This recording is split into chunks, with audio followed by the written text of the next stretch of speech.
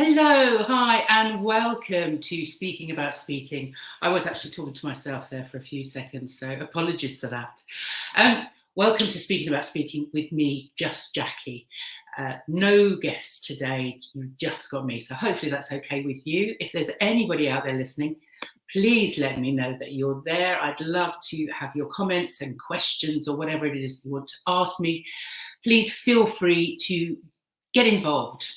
It seems strange not talking to the screen and looking at another guest here. So I will concentrate on looking at the camera. Well, today I thought what I'd talk about is the fact that for the first time since lockdown, I was asked to do a talk to a live in-person audience in October. And I have to admit, it was really quite scary. Not to be asked, I was very honoured to be asked, and I really looked forward to doing it. But actually, I've never really had to put together a talk for a live audience before. Before lockdown, I was teaching, and obviously I was standing in front of classes full of people and workshops and talking to people quite naturally off the cuff, talking about what I do and what I was trying to teach then. But this was the first time outside of a Zoom room that I'd had to put together a talk. So where did I start? That's what I'm going to talk to you about today, because what I decided that I would do was go through the process in exactly the same way that I take my clients through the process of creating a talk. So where do you start?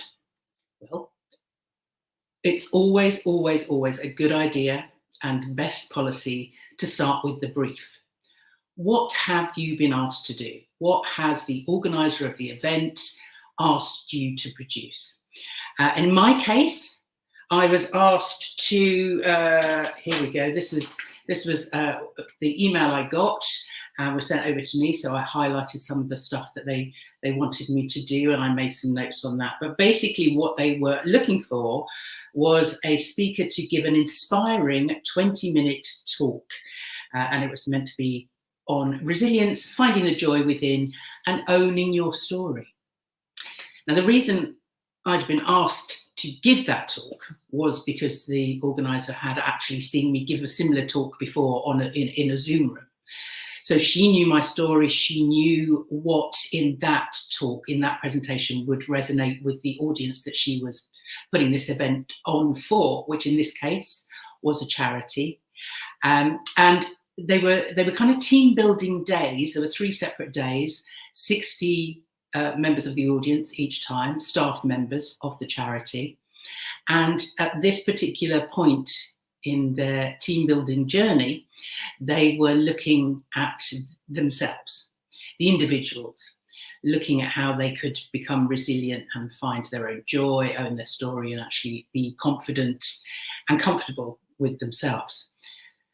So no pressure to be asked to be inspiring, but I was confident that the organizer knew me and knew what I was capable of. So I started with the brief. I knew I had 20 minutes. I knew that the audience I knew how many people there would be in the audience. There was going to be 60 people. And these would range from everyone from catering staff to retail staff, all the way through to the CEO. So there was quite a diverse range of different jobs and different requirements in the room. But all of them were in need of this talk around resilience and finding joy. So that's where I started. I started with the organizer's brief, and I asked them who the audience were and what was it that they wanted the audience to take away.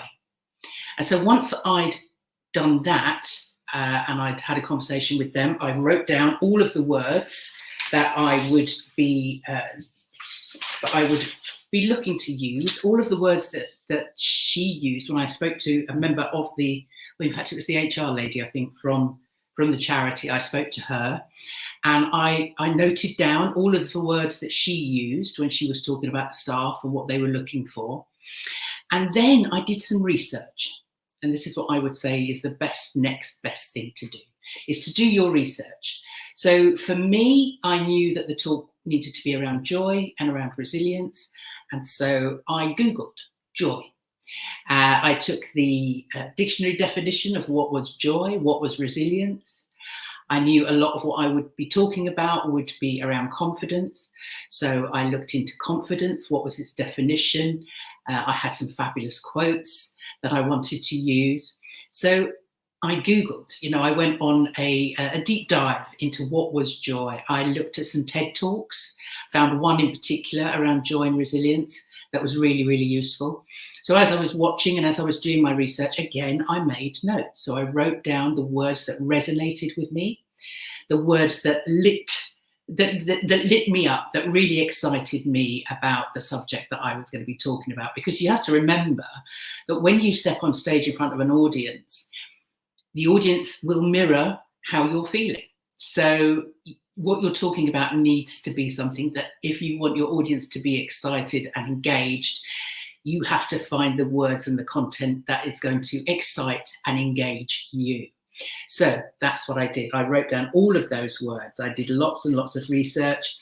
I looked at the words that stood out for me, and I highlighted them. So this was my notes. So I highlighted the words that really made sense to me. So hopeful, feeling, humanity, what is joy, the intense moment of positive emotion. Rather than chasing happiness, we should embrace joy. Self-care was another word that came up, storytelling, and the insight and wisdom that comes from owning your story and looking at the painful parts of your story. So that's kind of where I started. I did my research and I looked at the words. As I was looking at the words, I was beginning to get an idea of what the content was going to be, what that flow was going to be. And I knew that in order to talk about joy and resilience from a knowledgeable point of view, I had to use my own story. So I looked at the stories that were from my own life, from my own experiences, that I knew would resonate with that audience, that I knew would illustrate the points that I was trying to make. So I looked at my stories, but you don't have to use your stories. If that's not relevant for you or for your audience, then during your research, find those stories. Have a look at what stories you can use.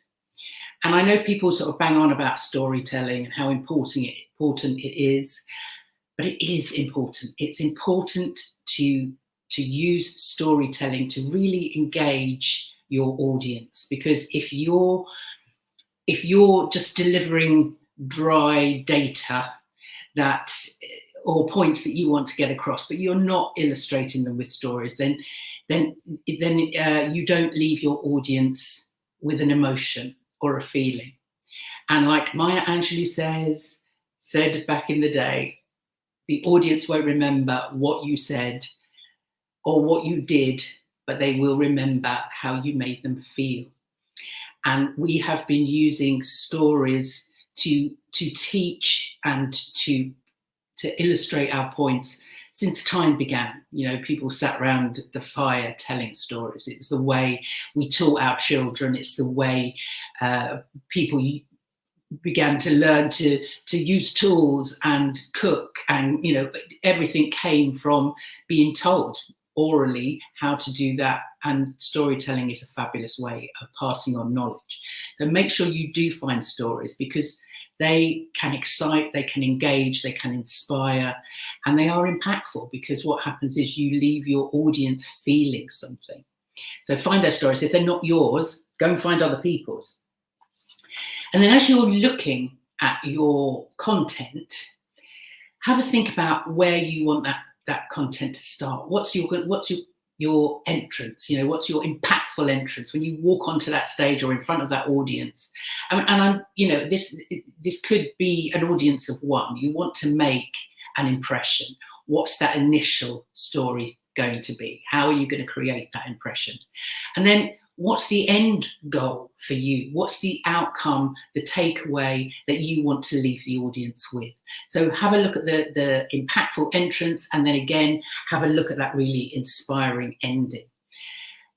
Then you kind of started to give your talk a shape. And this is where you move on to this fabulous flowchart that I've got here.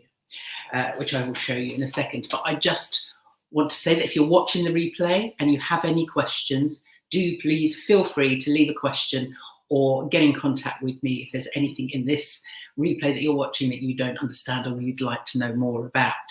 And if you are out there listening live, please let me know you're here. It would be lovely to know that there are people out there watching. Please do ask any questions. So this is a flowchart. This is just one I put together that I stole, I think, from Eric Edmides, who's a fantastic speaker. And he uses this flowchart, and it's kind of what I was doing naturally, but he's kind of put it into a cohesive shape. So here in the middle, you've got this big circle. So this is where you put your subject, your topic in here. And for me, it was the joy within and resilience. That's what my talk was going to be about. So that's the center. And then here on this side, we're going to go clockwise. So this is the walk on. This is where you walk on. And then you've got these 4 other circles. Now, these are the points that you want to make. So for me, circle 1 was my story. This was where I was going to walk on and start with my story. Who am I, and why am I able to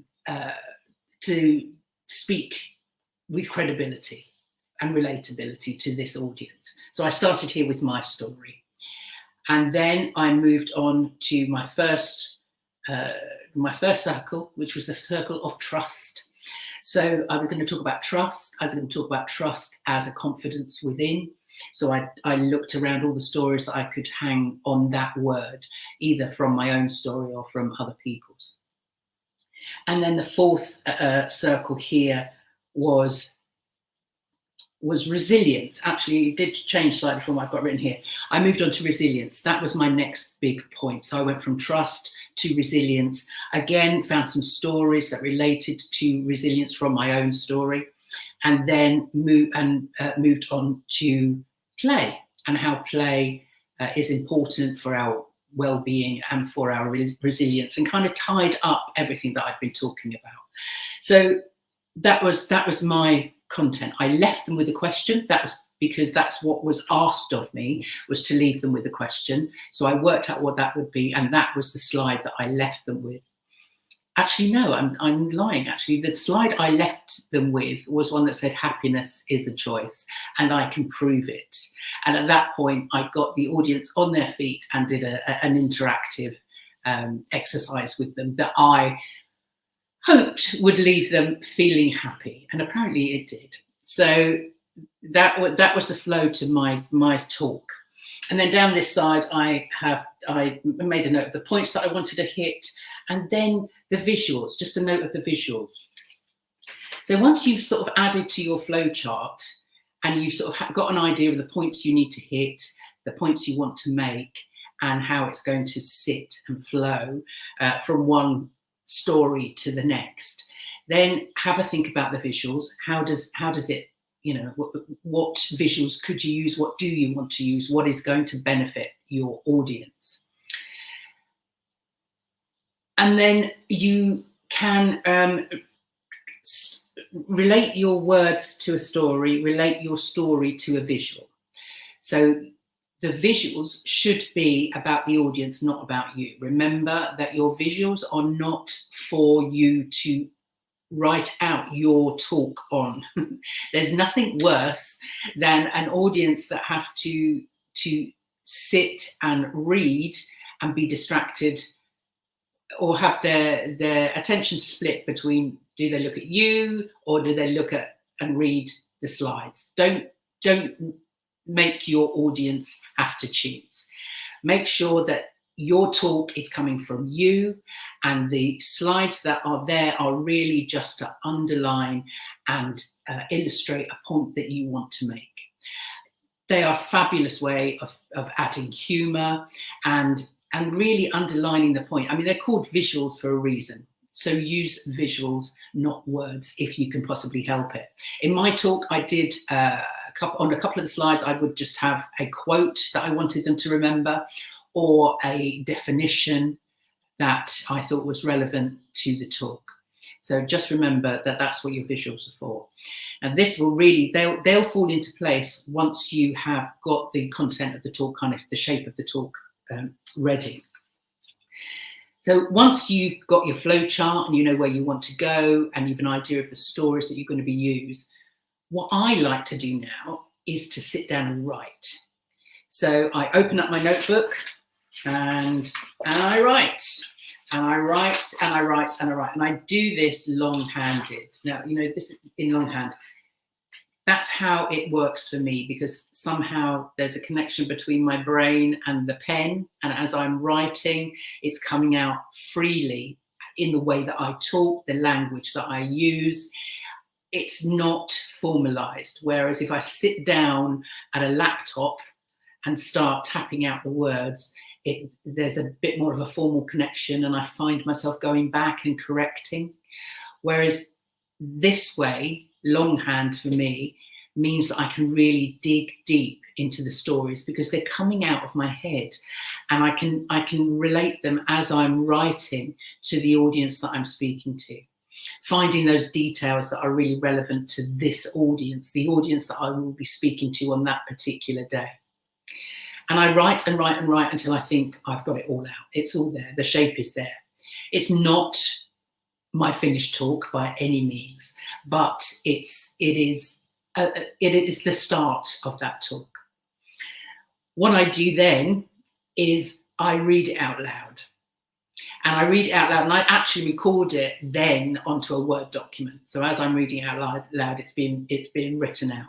And as I hear it and read it back, I can see how the shape is working, and then I can rework it a little bit if I need to. But then once I'm happy with how that sounds, how that I've got all the content there, I'm hitting the relevant points, there's a great impactful starting point, there's a fabulous landing at the end where you sort of, you know, bringing people in to the end of your talk and leaving them inspired, then I record it. So I speak into a recorder just on my voice memo, and so that I have it all recorded. And then I listen back. And this is where you can really hear whether there are any gaps, whether it makes sense to you, whether you've achieved what you want to with the words that you're using. And also, this is where you'll find naturally that your visuals will sit within the talk. So as you're listening back, you can kind of go, right, okay, actually, you know, if you imagine yourself with a clicker, then as you're listening back to it, when is the moment that you feel like you would naturally click onto a slide that would illustrate the point that you are making? That's just a really, really useful way of thinking where your slides are going to sit. So you've got it recorded. And then the next part. Now, this is the bit that you may not be very happy with, but it's got to be done. You need to speak it out loud to another human being. Yeah, it's quite a vulnerable process. But at this point, it doesn't matter if you read it, if whatever you've got written down, whatever you're happy with, but you just need for another human being to hear it out loud, with the visuals too, if possible. Now, make sure you choose a friend, a family member, somebody that loves you, but somebody that's going to be happy to give you some really constructive feedback. Read it out loud to them and then take on board what it is that they're saying, because they will be able to hear whether and tell you whether there's anything in there that jars for them, whether there's anything in there that, whether it's data, whether it's a story that they just don't understand or it doesn't make sense. I did this with my friend came down to stay, and I said, right, I'm going to do this for you. And she gave me some fabulous feedback things that I hadn't even thought of. I had to change something around. So to her, there was a part of my talk that she thought would be better in a different place so that it would flow better. And I implemented all of her feedback, and it made it so much better. So do that, and don't be frightened of doing that. And in fact, you need to, because you don't want the first time that your talk will be heard to be in front of that audience that you're trying to entertain, impress, whatever it is that you're hoping to achieve. So make sure that you speak it out loud. The other good thing about and crucial thing about doing that is the timing, because there's nothing worse if you've been given 20 minutes to turn up with a 15 minutes talk, because then the organisers have to fill 5 minutes, and you can guarantee if you think, oh, okay, I'll give it 5 minutes for question and answer, there won't be any questions. Or what's even worse is if you go over time. So if you are over by 5 minutes, then it means if you're on a schedule with several other speakers, then it just puts everybody else out, and it's just a little bit rude, a bit disrespectful to be taking up other people's time. So if you've been given a time, stick to it. It's really important. It's very professional, and actually, if you do that and you can get all of your points in, it's better to have less in your talk than too much. If you are running over, don't be afraid to take stuff out. You remember that if you're giving a 20-minute talk, then actually that's not enough time to put 30 years worth of experience into that 20 minutes. Make sure that you put the nuggets of what it is that you're trying to say, those fantastic takeaways for the audience, but leave them wanting more. It's just a way of you starting a conversation. So make sure that in your talk, obviously you need to hit some points. You need to make sure that people are taking away from your talk what it is that that they need to, but also leave yourself somewhere else to go, so that you finish on time, so that actually after you've come off stage or you've left the room or whatever, people are asking you questions. They'll come up to you afterwards. They'll email you afterwards and ask those questions. So don't be afraid to give less rather than too much. And then once you've done that, once you've honed your talk, that's the time then that you really are going to practice and practice again. And there's nothing more important than practice. All of the things that people out there that know me, this is the time then when you practice with your breathing exercises.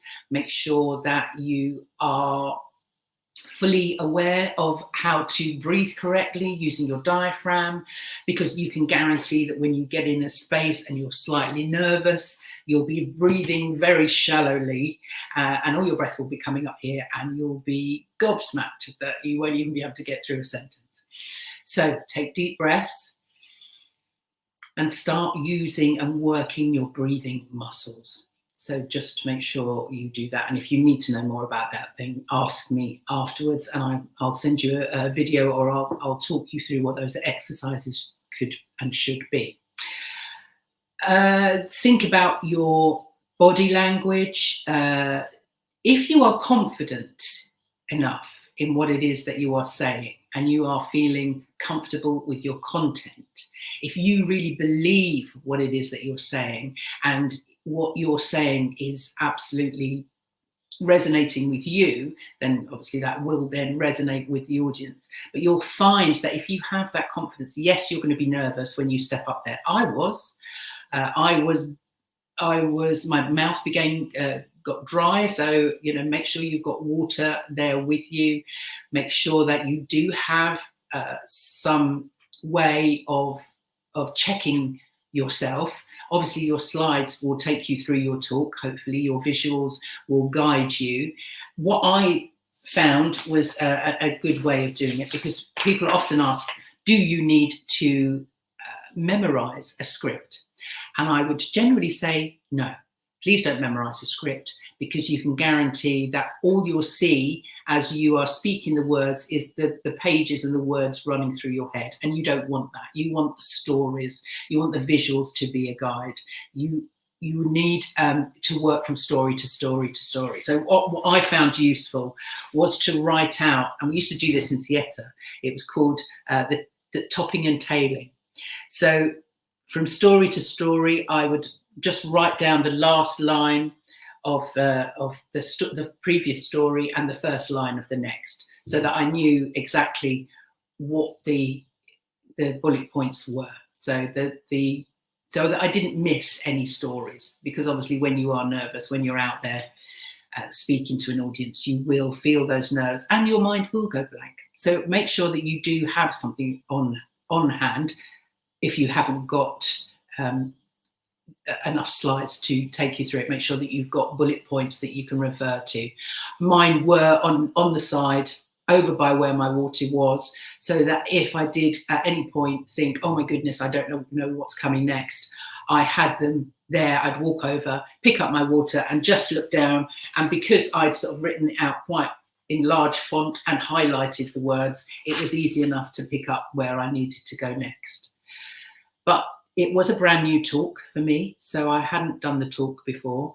And it was quite nerve-wracking, and I was quite surprised. I'm so used to doing these presentations and talks in a Zoom room now that it's easy enough to have your notes plastered all over your laptop and stuck all over the walls, so that you can have a look at them as you're going through.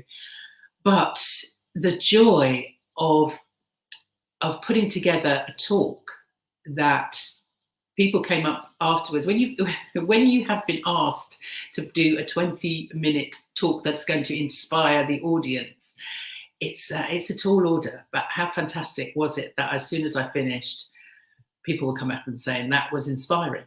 And for me, that was like, boom, drop the mic. I had achieved my brief. So I was very, very happy with that. And I really thank the event organizer for trusting in me and giving me that opportunity to do that for those lovely, lovely people.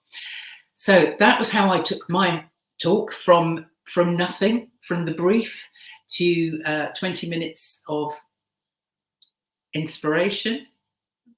If you have any questions, if there's anybody out there that would like to stick a question in, we've got a couple of minutes.